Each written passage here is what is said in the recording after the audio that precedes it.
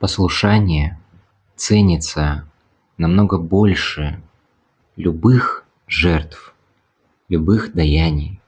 Послушание Богу стоит превыше всего и вознаграждается больше.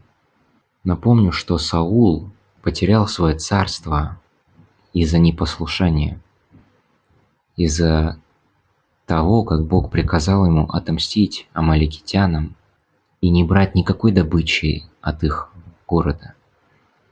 Но из-за того, что у них было много золота, серебра, крупного скота, Саул под предлогом того, что он хотел это отдать Господу и обогатить свою страну, тем самым ослушав Господа Бога, лишился своего помазания. Неважно, сколько бы этот мир шел бы против вас, Библия говорит, если вы с Богом, вы автоматически становитесь врагом этого мира. И если вы с миром, то вы становитесь врагом Богу.